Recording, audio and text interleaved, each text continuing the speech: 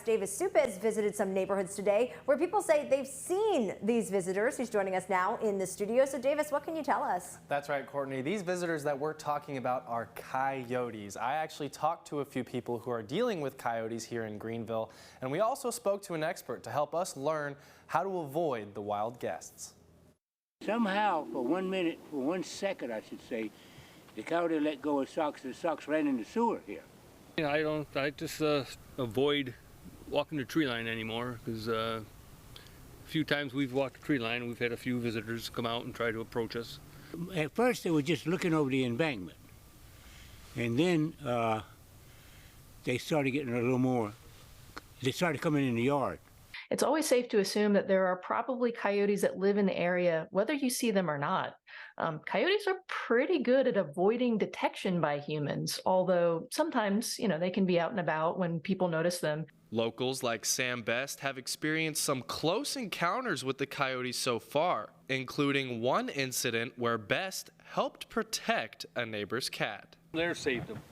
Huh? You saved him. I actually saved him. You know what I did? So I ran out here screaming as loud as I could scream, and the coyote let go of Socks for a minute. Socks ran in the sewer down here. 2 days later, Socks shows up at where he lives over here in this other building. Coyotes typically travel in packs of 2, a male, a female, and sometimes a small pup, and they are always on the search for food. 2 coyotes, and one of them was actually eating the peanuts I gave the squirrels.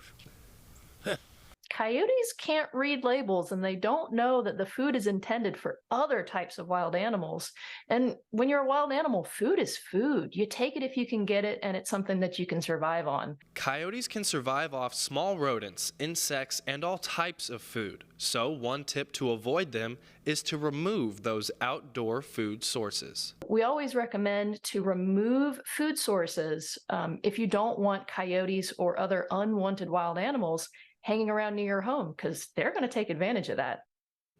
Other ways to make sure your small pets stay safe are to keep them supervised when you take them out, or keep them inside or behind a dog-proof fence for the most assurance that your furry friends are staying safe.